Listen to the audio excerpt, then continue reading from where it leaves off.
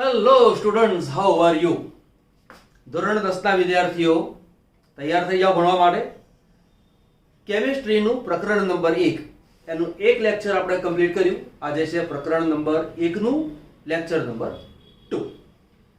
રાસાયણિક સમીકરણને કેવી રીતે બેલેન્સ કરાય તે વિશેનું આજનું આપણું લેક્ચર છે.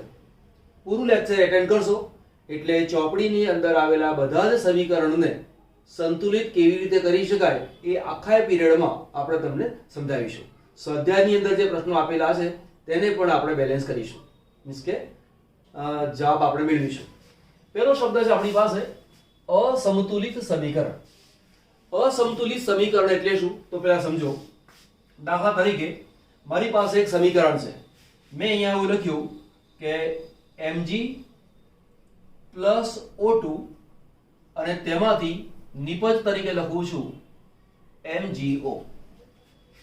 બરાબર. હવે અહીંયા તમે એવું વિચારો કે મારી પાસે ડાબી બાજુ કોણ છે તો જો આ એરો છે, એની આ ડાબી બાજુનો જે ભાગ છે એ ડાબી બાજુના ભાગને આપણે પ્રક્રિયકો તરીકે ઓળખીશું.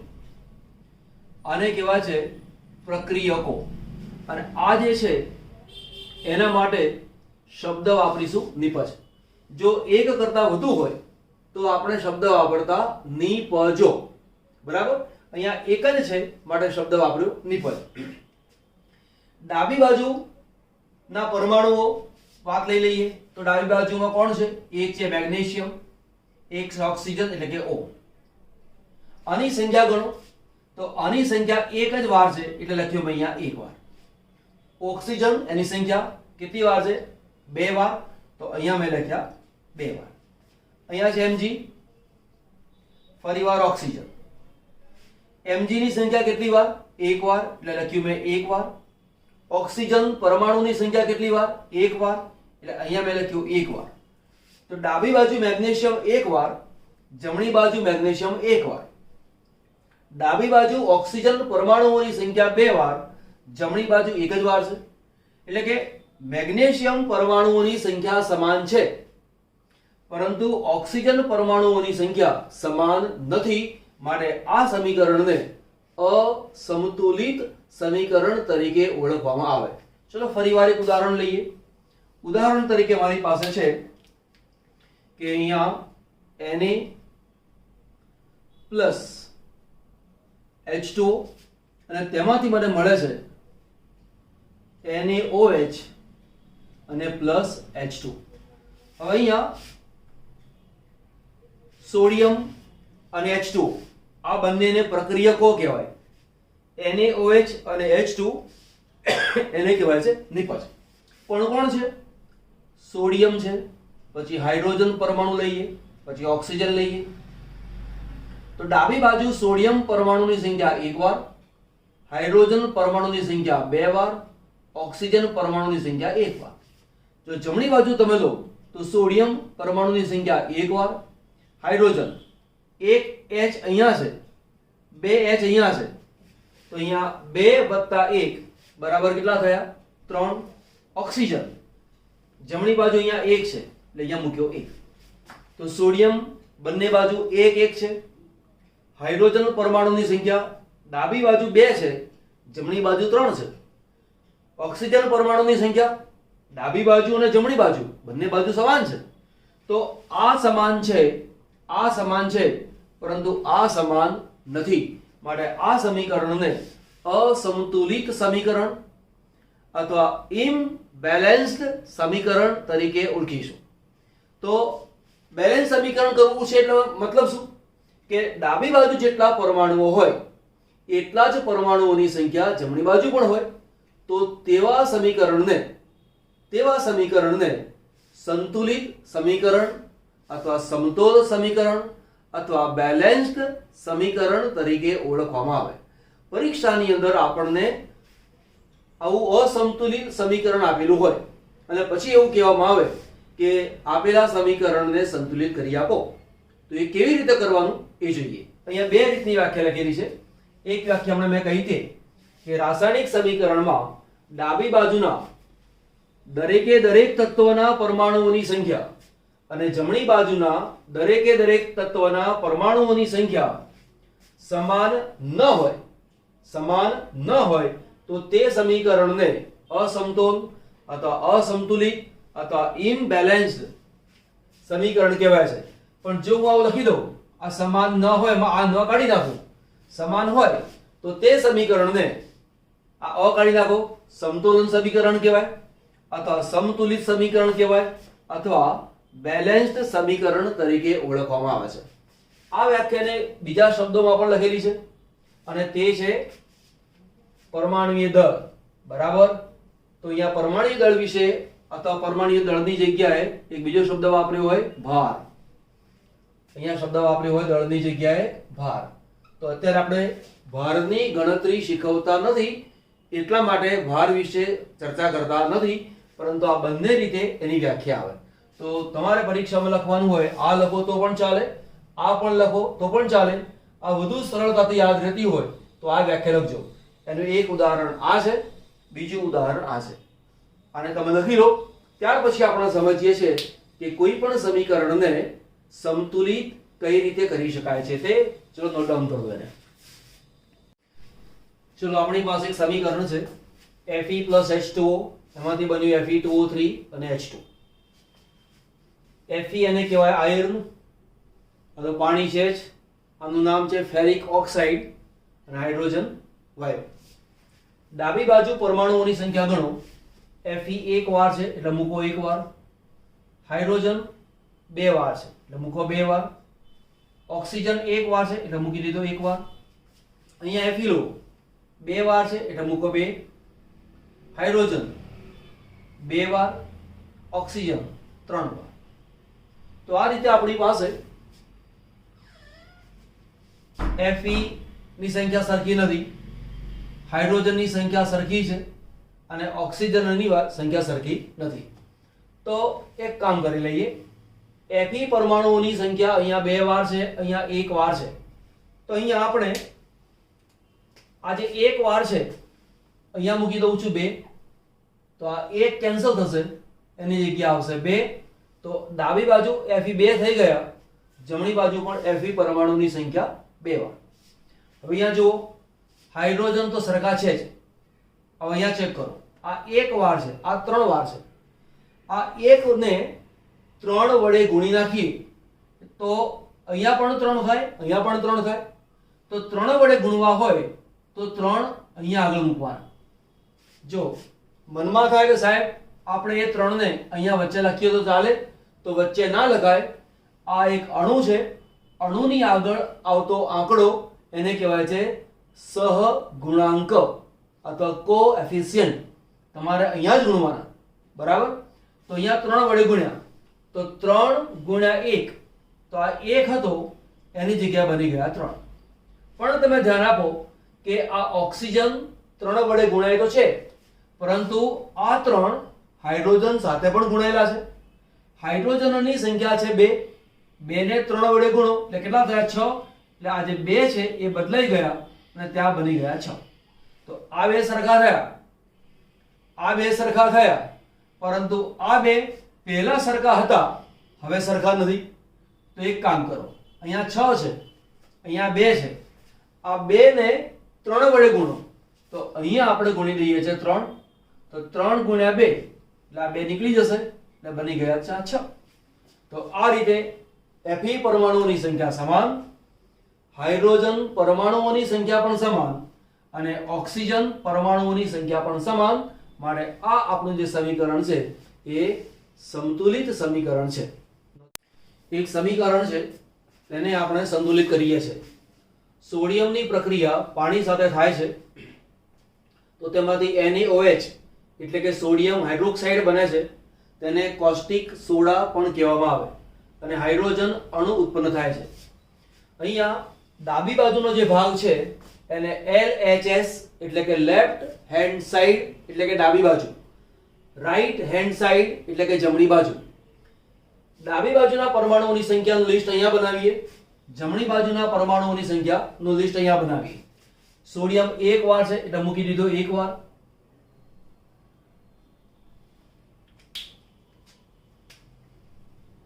આ છે 1 વાર, હાઇડ્રોજન પરમાણુની સંખ્યા 2 વાર છે એટલે 2 વાર, ઓક્સિજન 1 વાર છે એટલે 1 વાર, સોડિયમ 1 વાર, હાઇડ્રોજન પરમાણુ 1 અને 2 એટલે કેટલી વાર થયા? 3. 1 + 2 એટલે 3, 1 + 2 બરાબર. પછી ઓક્સિજન પરમાણુ 1 વાર છે તો અહીંયા મૂકી દીધો મેં 1 વાર. સોડિયમ પરમાણુઓની સંખ્યા સમાન છે, હાઇડ્રોજન પરમાણુઓની સંખ્યા સમાન નથી, આ બંને સંખ્યા સરખી છે. આ બંનેમાં આ ઓછા છે તો આને આપણે ધ્યાન ઉપર લઈએ છીએ. આપણે એક કામ કરી લઈએ કે જે 2 આપેલા છે, હાઇડ્રોજન પરમાણુની સંખ્યા 2 છે, એની આગળ આપણે મૂકી દઈએ છીએ 2. તો અહીંયા મેં મૂક્યા 2. આ જે 2 લખ્યા છે એના માટે શબ્દ વાપરીશું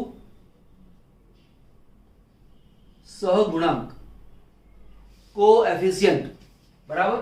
તો આ સહગુણાંક 2 કર્યો, પણ આ 2 વડે ગુણાવાને કારણે 2 × 2 એટલે 4, તો આ 2 કેન્સલ થઈ જાય, એની જગ્યાએ આવશે મારી પાસે 4. ઓક્સિજન પહેલા 1 વાર હતો પણ 2 આગળ ગુણાવાને કારણે 2 × 1 એટલે 2, એટલે આ કેન્સલ થઈ ગયું, એની જગ્યાએ આવશે 2. હવે જમણી બાજુ જુઓ, આ સરખા છે, હજી આ સરખા નથી, એની વાત પછી કરીએ છીએ.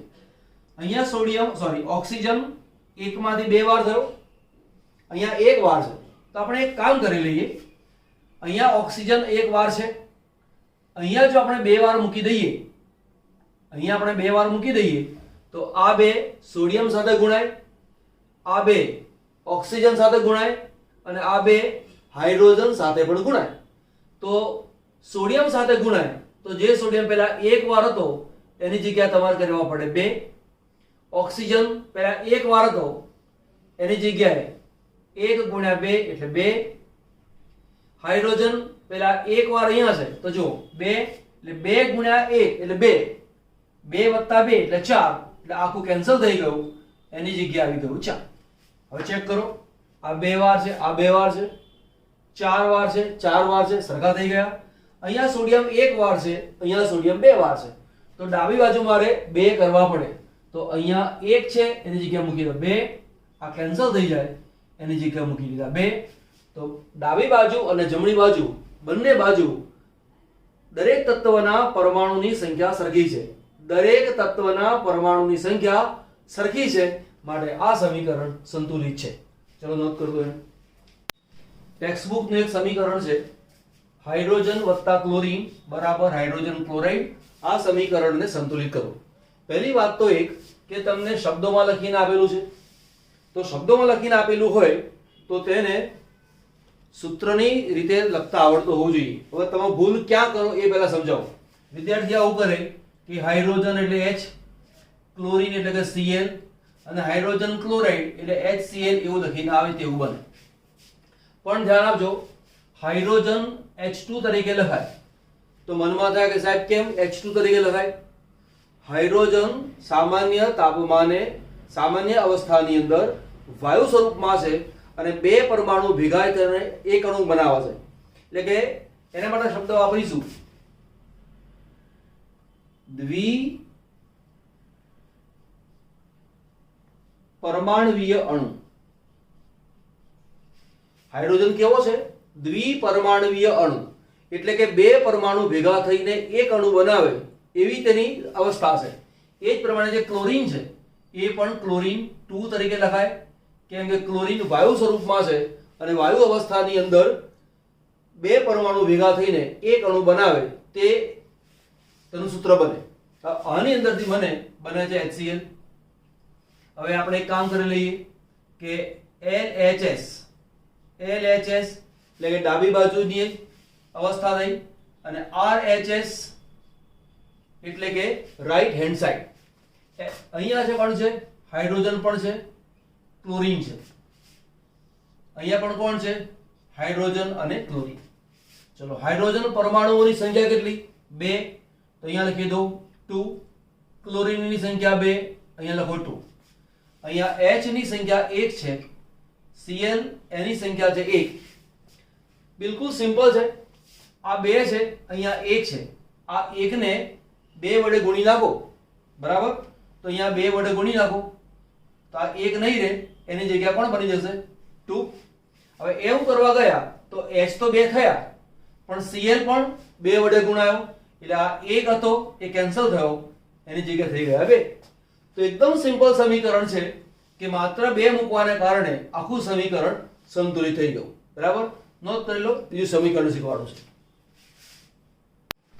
એક સમીકરણ આપેલું છે, બેરિયમ ક્લોરાઇડ વત્તા એલ્યુમિનિયમ સલ્ફેટ બરાબર બેરિયમ સલ્ફેટ અને અહીંયા છે એલ્યુમિનિયમ ક્લોરાઇડ.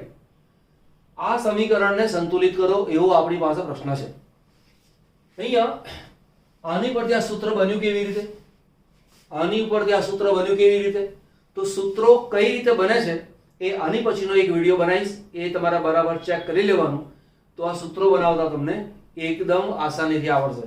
માત્ર 10મા ધોરણમાં નહીં, પરંતુ 11મા સાયન્સમાં તમારે જવાનું હોય, 12મા સાયન્સમાં જવાનું હોય તો તમને આ વસ્તુ બહુ જ કામ લાગશે. અત્યારે તો મેં સૂત્ર લખેલું છે. હવે અહીંયા Ba ડાબી બાજુ 1 વાર છે એટલે લખ્યું અહીંયા 1 વાર, Cl 2 વાર છે 2 વાર, Al 2 વાર છે એટલે 2 વાર. હવે અહીંયા ખરેખર સલ્ફર 3 વાર, ઓક્સિજન 4 ગુણ્યા 3 એટલે કે 12 વાર એવું લખી શકાય. અહીંયા એવું લખતો નથી, આખું SO4 ગ્રુપ લઉં છું અને SO4 જે ગ્રુપ છે એ 3 વાર છે. સરળતા રહે એટલા માટે મેં આવું કામ કર્યું છે. એ જ પ્રમાણે અહીંયા Ba 1 વાર, પછી Cl 3 વાર, Al 1 વાર અને SO4 1 વાર. આ રીતે આપણે લખી નાખ્યું. હવે તમે જુઓ, Ba ની બંને બાજુ સંખ્યા સરખી છે એટલે Ba ને જોવાની કોઈ જરૂર પડતી નથી. હવે Cl અહીંયા 2 વાર છે, અહીંયા 3 વાર છે. તો એક કામ કરો, આ જે 2 વાળો છે એને તમે 3 વડે ગુણો તો કેટલા આવે 6 થઈ જાય, અને 3 છે એને 2 વડે ગુણો તો કેટલા થઈ જાય 6 બની જાય. તો આપણે એમ કામ કરીશું, જે Cl અહીંયા છે એને આપણે ગુણવાના કેટલી વડે 3 વડે ગુણવાના. હવે 3 વડે ગુણવાના એટલે ક્યાં ગણવાના, આ જગ્યાએ જે સૂત્ર આપેલું હોય એની આગળ લખવાના. આ 3 અહીંયા લખવાના નહીં. આ જેની મેથડ છે એને બરાબર સમજવાનું. એને કહેવાય છે કોએફિશિયન્ટ અથવા સહગુણક. સહગુણક હંમેશા સૂત્રની આગળ લખાય. એટલે 2 ગુણ્યા 3 એટલે 6 થઈ ગયા. આ જે 3 Cl છે એને 2 વડે ગુણો એટલે 6 થઈ જશે, એટલે આ કેન્સલ થઈ જશે, 6 આવશે. અહીંયા મૂકી દીધા મેં 2 એટલે 3 ગુણ્યા 2 6 Cl, 3 ગુણ્યા 2 6 Cl. આવું સરખું થઈ ગયું. હવે પહેલા અહીંયા Ba 1 વાર હતો, અહીંયા Ba 1 વાર હતો, પણ અહીંયા Ba ને 3 વડે ગુણ્યા એટલે હવે આ Ba 1 વાર નહીં રહે, પરંતુ કેટલા થઈ જશે 3 Ba. હવે ડાબી બાજુ જો 3 વાર Ba હોય તો જમણી બાજુ પણ મારે 3 વાર Ba જોઈએ. તો આ 1 છે, એ 1 ને જો હું 3 વડે ગુણી નાખું તો 3 * 3 થઈ જાય. તો હું શું કરીશ, આ Ba 3 વાર થવાને કારણે મેં 3 લખ્યા, આ 1 હતો એને મેં આ 3 વડે ગુણી નાખ્યો તો 1 ને 3 વડે ગુણ્યા એટલે કેટલા બની ગયા 3. હવે આ લખવાની કોઈ જરૂર છે નહીં. Ba ને 3 વડે ગુણ્યા તો આ જે SO4 છે એ આખું SO4 પણ 3 વડે ગુણાય. જેમ Ba 3 વડે ગુણાયા તો આ જે SO4 છે એ પણ 3 વડે ગુણાય. તો જે SO4 અહીંયા 1 વાર છે એ હવે કેટલી વાર થઈ ગયા 3 વાર. તો SO4 3 વાર થઈ ગયા. અહીંયા 2 લખવાને કારણે Cl તો 6 થયા, પરંતુ 2 લખવાના કારણે Al જે પેલા 1 વાર હતો એ કેટલી વાર થઈ ગયો 2 થઈ ગયો. હવે તમે જુઓ, ડાબી બાજુ Ba 3 વાર, જમણી બાજુ Ba 3 વાર, Cl ડાબી બાજુ 6 વાર, અહીંયા 6 વાર, Al 2 વાર, અહીંયા 2 વાર, SO4 3 વાર, SO4 3 વાર. માટે આપણું સમીકરણ સંતુલિત છે. બરાબર. તો પૂછવાની પદ્ધતિમાં આવું આપેલું હોય, કોઈક વાર તમને પ્રક્રિયા પૂર્ણ કરો એવો પ્રશ્ન આપે, 1 2 આપે પછી એરો આપે, આ આપે નહીં. પ્રક્રિયા પૂર્ણ કરો એવું આપેલું છે, એમાં સમીકરણને સંતુલિત કરેલું નથી. તો સમીકરણ તમારે પૂરું પણ કરવું પડે અને સંતુલિત પણ કરવું પડે. બરાબર. 1-2 વાર પ્રેક્ટિસ કરશો એટલે વધુ સરળતાથી તમને આવડશે. ચલો તો ડાઉનલોડ કરો.